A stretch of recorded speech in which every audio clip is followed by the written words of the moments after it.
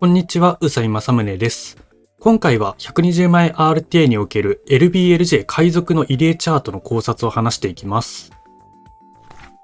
まずは結論から話します。最近配信でいろいろルートを模索していたんですけど、その時に実は LBLJ を使って一番最初に海賊の入れを攻略するチャートっていうのが使えるんじゃないかっていう結論を得ました。なぜこんな結論を得たのかと言いますと、海賊の入れには RTA の投資でできるかどうか微妙な難易度なんだけど、秒単位でタイム短縮できるルートっていうのがいくつかあるんですよ。だから最初に海賊の入れを攻略すればリセット効率を上げられるから、それらルートを無理やり採用できるのではないかっていう考えに至ったんですね。これが結論でありまして、以降でこの結論に至る考察を話していきます。まずは海賊の入れでどれぐらいタイム短縮できるかを確認します。具体的にタイム短縮できるスターは4つあります。処理落ちを無視したタイム短縮量になるんですけど、まず1つ目が沈没船のスターで BLJ、つまりケツアップですね。それを使うことで 2.5 秒程度の短縮になります。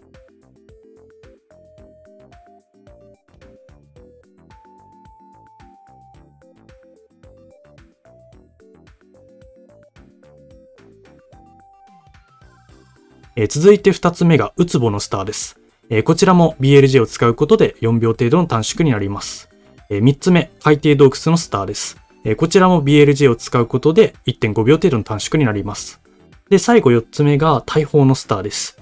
こちらは大砲を使わないことで 2.5 秒から 5.5 秒程度の短縮になります。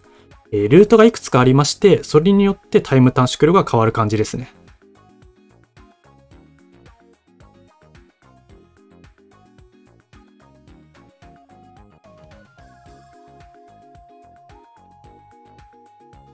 ということで、もし全てを採用したと仮定しましたら、処理落ちを無視して最大で 13.5 秒もタイム短縮できる計算になるんですね。これがどれぐらいなのかと言いますと、下に参考を書いておきました。普段通りのチャートだと、最初闇の世界のクッパに行くんですけど、ここでリセットしまくれば、月島サイクルっていう最速の周期を狙えます。これがシゲルサイクルっていう一般的な周期と比べまして3秒程度のタイム短縮になります。こんなタイム感覚になりますので、リセット効率を上げてでも海賊の入れを最初に攻略することに価値があるっていうのはなんとなくわかるんじゃないかなって思います。とは言っても、上難易度で遅くなると使い物にならないので、上難易度のタイム差も参考程度に調べてみました。それがこちらの動画になります。左が LBLJ 海賊の入れチャートで、右が普段の LBLJ 闇の世界のクッパチャートです。差分のみを比較しています。LBLJ はあえて逆サイドでやりました。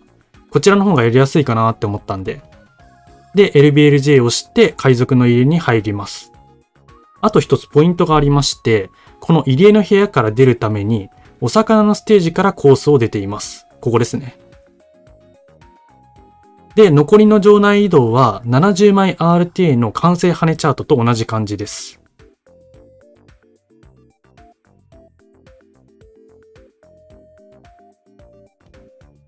で、最後はボム兵の戦場で同期します。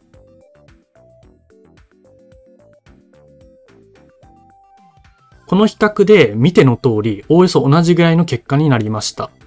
LBLJ で入れに入るのがどれだけ難しいかわからないんですけど、もし簡単にできるのなら、場内移動のタイム差は考えなくても良いってことになります。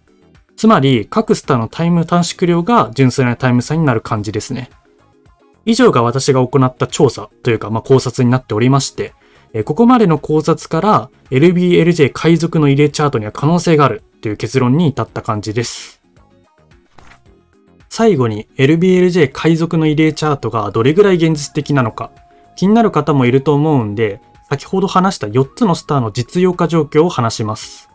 まず BLJ 関連のスターから。沈没船スターの BLJ ルートはまだ採用されていないんですけど、それ以外の2枚は1ステージ RTA ではすでに採用されています。なので120万 RTA の投資でもできなくはないんじゃないかなと思っています。続いて大砲のスターです。このスターにはフレームウォーキングっていう無理やり柱を登る技があります。2019年頃に話題になった技なんで知ってる方も多いかなと思います。この技は頑張ればスティックでできるので、すでに120枚 RTA で採用している上位プレイヤーもいます。ルート自体は簡単で、フレームウォーキングってこの技さえできれば通せるルートになりますので、もしかしたら将来的には主流になるかもしれないです。以上が実用化状況で、LBLJ 海賊の異例チャートはそこまで非現実的ではないっていうのがわかるかなと思いますね。